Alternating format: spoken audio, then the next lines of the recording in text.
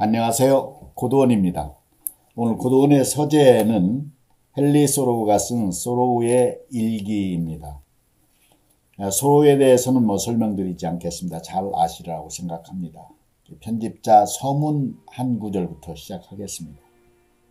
소로우의 유산 중에 가장 값진 유산은 그가 손수 만든 상자 안에 가지런히 담겨있던 39권의 노트다.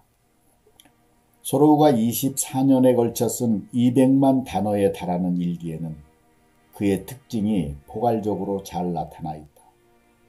그의 명성이 확고해진 이유는 그의 걸작인 월든 때문이기도 하지만 사실 월든마저도 일기의 소산이라고 할 수 있다. 소로우는 어느 글보다 일기 쓰기에 더 많은 정성을 기울였다. 때로는 자신이 일기를 쓰기 위해 살고 있는 게 아닐까 하고 두려워했을 정도였다. 하지만 그는 자신의 일기를 자신의 정신이 가장 진솔하게 드러난 일종의 전기라고 굳게 믿었다. 일기 쓰기는 여러 가지 점에서 소로우에게 많은 도움을 주었다. 관찰력이 날카로워지고 사고가 깊어졌다. 또 가장 좋았던 때에 대한 기억을 간직하고 이전의 경험을 아주 오랫동안 되새겨봄으로써 자신의 진보와 후퇴에 대한 평가를 할 수 있었다.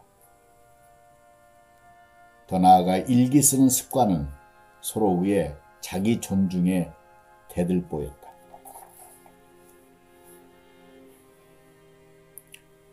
나의 일기가 나의 사랑의 기록이 되었으면 좋겠다. 내가 사랑하는 것들, 나의 열정을 불러일으키는 세계, 내가 생각하고 싶은 것들에 대해서만 일기에 적고 싶다. 민호는 내가 아는 가장 시적인 농부다. 나는 그에게서 농부 인생의 시정을 가장 잘 느낀다. 그는 일을 좋아하지만 서두르거나 고되게 일하지는 않는다. 자신의 힘을 최대한 발휘하고 노동 자체에서 무한한 만족을 얻는다. 그는 자신을 괴롭힐 만큼 많은 땅도 가지지 않았고 억지로 해야 할 정도로 일이 많지도 않으며 사람을 고용하지도 않았다. 단지 스스로 즐기며 살고 있는 것이다. 그는 소출을 많이 내는 것보다 일을 잘하는데 더 많은 주의를 기울인다. 자기 집 헛간의 핀과 못의 내력도 낱낱이 다 알고 있다. 그에게 농사일은 수렵이나 천렵보다 더 오래 즐길 수 있는 오락이다. 남보다 서둘러 집 정원을 가꾼 적은 없지만 그의 정원은 어느 집 정원보다 꽃과 채소로 풍부하다.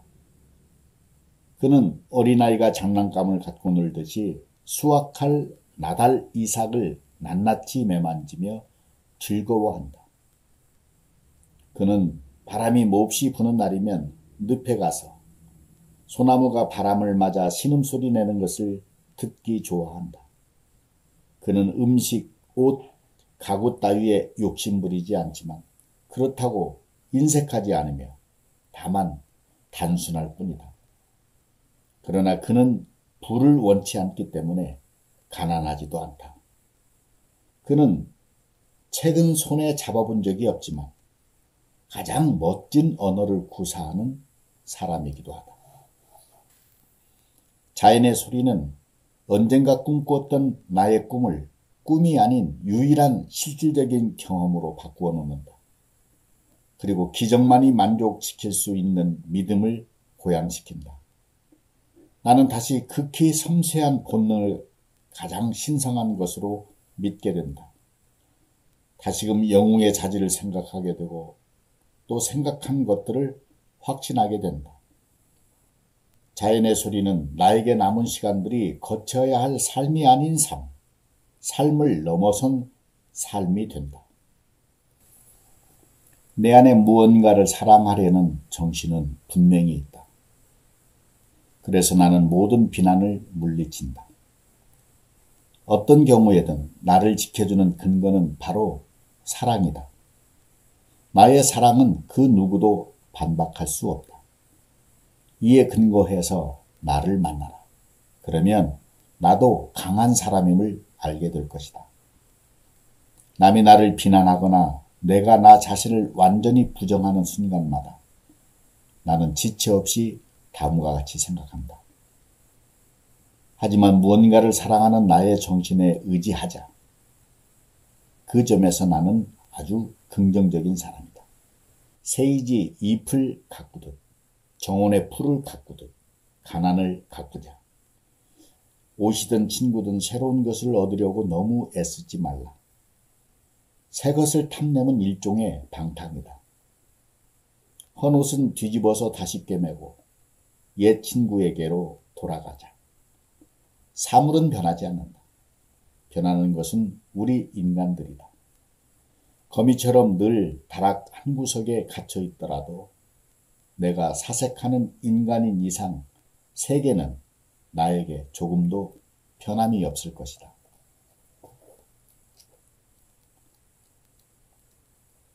더 좋은 시간을 갖게 되기를 기대한 때도 있었다.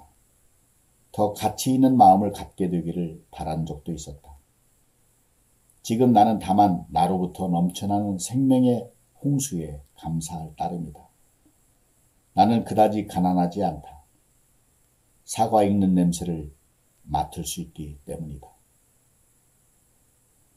나의 영혼을 살찌우고 땅에 대한 애착심을 일깨우고 스스로를 존중하는 즐거운 나로 만들어준다. 나는 선물을 받을 만한 어떠한 일도 한 적이 없다. 주목을 받을 만큼 가치 있는 존재도 아니다. 하지만 나는 환희에 차 있다. 나는 때묻고 쓸모없는 인간에 불과하지만 세상은 금빛으로 빛나며 나에게 기쁨을 선사한다.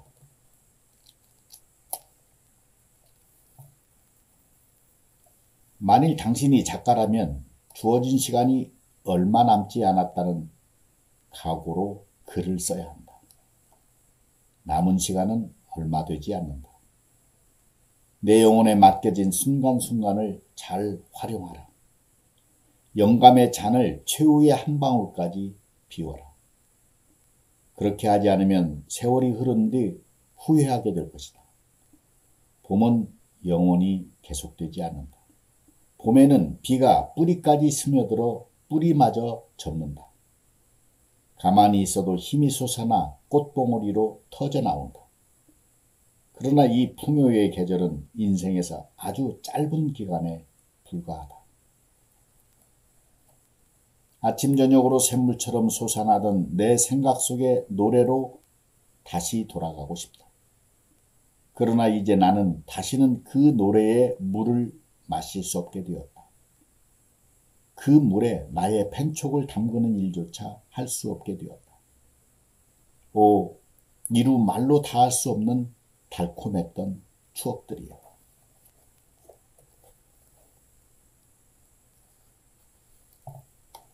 한 친구가 나에게 사람을 믿지 않기로 했어. 진실, 순결, 신성함 따위는 없어 라고 말했다. 그런 말은 그다지 현명하지 못하다. 그 말을 듣고 나서 내가 느끼는 것은 나 자신이 그에 대해 의기소침해졌다는 것뿐이다. 우리는 무한히 상대방을 신뢰해야 한다. 신뢰를 갖지 못한다면 갖지 못했다는 것을 누설하지 말아야 한다. 신뢰의 결핍은 우리 사이에 높은 장벽을 쌓을 뿐 유익하지 않다. 성인 남자나 여자가 전에는 인간을 믿었지만 지금은 믿지 않아 라고 말하는 소리를 들을 때마다 나는 당신이 누구길래 세상에 실망했는가? 오히려 당신이 세상을 실망시킨 게 아닌가? 과거에 믿을 근거가 있었다면 현재에도 믿을 근거가 있는 것이다. 불평하는 당신 안에 작은 사랑만 있다면 믿음은 충분히 그 작은 사랑 위에 세워질 수 있다. 라고 말해주고픈 충동에 사로잡힌다. 나는 사이가 틀어질 정도로 가까워질 수 있는 사람이 있다는 데 대해 감사한다. 그들이 내가 가진 작은 것을 파괴하도록 내버려 두지 않겠다. 그 전에 차라리 미리 믿음을 갖는 쪽을 택하겠다. 인간은 아주 얇은 줄로도 믿음의 활을 쏠 수 있다. 침묵만이 들을 만한 가치가 있다. 침묵은 흙처럼 다양한 깊이와 비옥도를 지니고 있다. 침묵은 어떤 때는 사하라 사막과 같다. 그곳에서 인간은 굶주림과 갈증으로 죽는다. 서부나 태평원의 비옥한 옥토와 같을 때도 있다. 침묵은 나를 전율케 하는 음악이다. 침묵을 들을 수 있는 밤, 나는 말로 할 수 없는 말을 듣는다.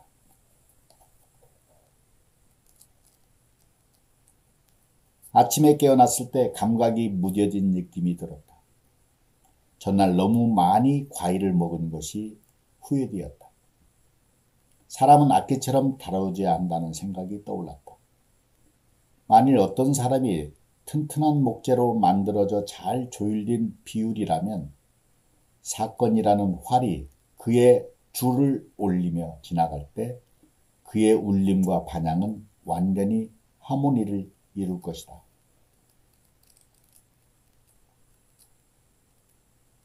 이 조용하고 어둡고 이슬비 내리는 오후의 외출이 생각보다 좋다는 것을 나는 깨닫는다. 나의 산보, 나의 항해는 쾌청한 날 하는 것보다 더 암시적이고 유익하다. 경치는 안개비로 수축되고 물은 완벽하게 부드러워지고 고요가 성차를 부른다. 나는 쉽게 감동받는다. 나의 생각이 집중되고 그래서 내가 단단히 압축된다. 날씨가 다른 사람들을 집안에 붙잡아 두어서 고독 또한 실제한다. 이 안개는 지붕과 주위를 두른 벽과 같아서 나는 집을 느끼며 산보한다. 모든 것들이 나의 마음을 진정시킨다. 나는 구름과 안개에 뒤덮인다. 관찰과 사색의 힘이 한결 증대된다. 세계와 나의 인생이 단순해진다.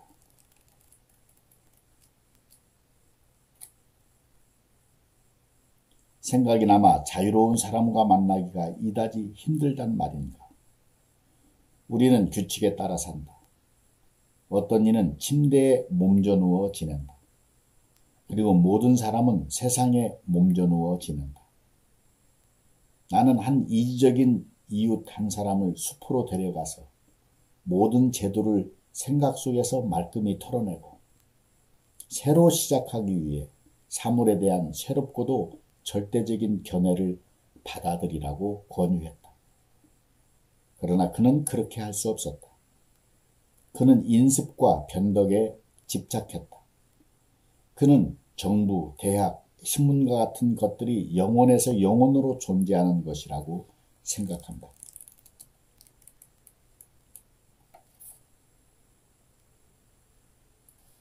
재능 없고 박약한 작가는 중요한 주제라고 여겨지는 것이 있어야 글을 쓸 수 있다.